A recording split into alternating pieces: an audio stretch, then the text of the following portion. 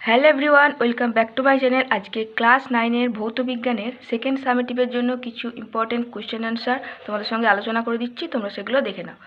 প্রথম প্রশ্ন হচ্ছে, অ্যাসিড ও ক্ষার উভয়ের সঙ্গে বিক্রিয়া করে এমন একটি ধাতু হলো কপার, জিঙ্ক, আয়রন না ম্যাগনেসিয়াম। উত্তর হয়ে যাবে জিঙ্ক। এছাড়া অ্যালুমিনিয়ামও কিন্তু অ্যাসিড ও ক্ষার উভয়ের সঙ্গেই কিন্তু বিক্রিয়া করে।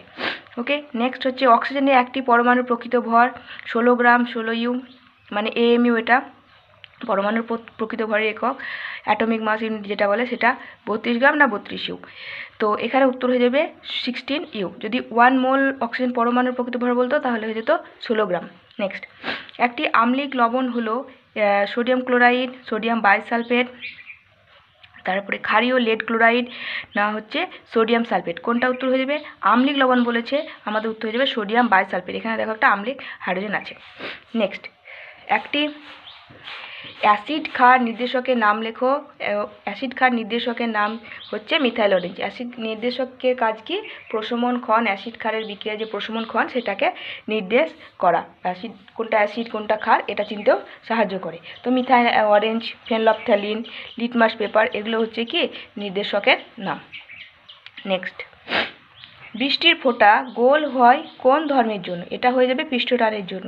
পৃষ্ঠটানের জন্যই বৃষ্টির ফোঁটা গোল হয়ে যায়। এই জন্য কি একটা সূচ জলের উপরে ভাসতে পারে বা মাকড়সারা জলের উপর দিয়ে হেঁটে যেতে পারে ওই পৃষ্ঠটানের জন্য, জলের পৃষ্ঠটানের জন্য। নেক্সট, ইস্পাত ও রবারের মধ্যে ইস্পাত বেশি স্থিতিস্থাপক। এটা সত্য না মিথ্যা?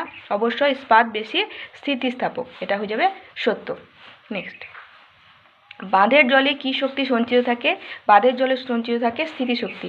যে এখান বাঁধ থেকে জল ছাড়লে সেই স্থিতিশক্তি গতিশক্তিতে রূপান্তরিত হয়। তো বাঁধের জলে স্থিতিশক্তি সঞ্চিত থাকে।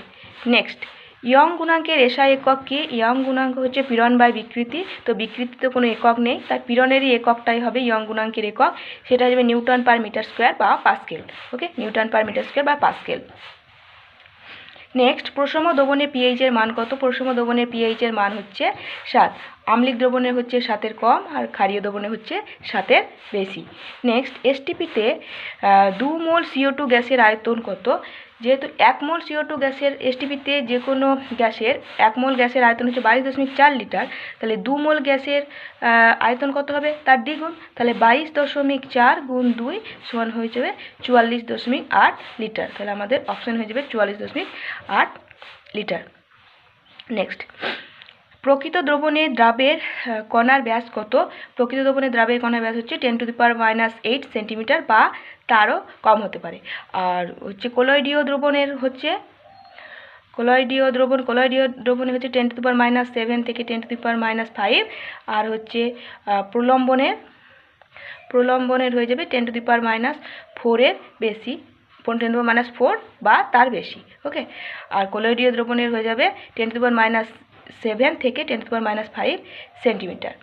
নেক্সট, তরল এরোসলের উদাহরণ দাও। তরল এরোসল হচ্ছে কুয়াশা, মেঘ। আর যদি গ্যাসীয় এরোসল বলে সেটা হয়ে যাবে ধোঁয়া।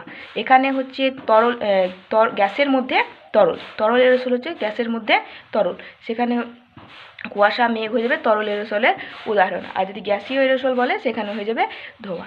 তো আজকে এই কয়েকটা প্রশ্ন আলোচনা করে দিলাম। দেখা হবে নেক্সট ক্লাসে। ততক্ষণ জন্য তোমরা ভালো থেকো, সুস্থ থেকো। Thanks for watching.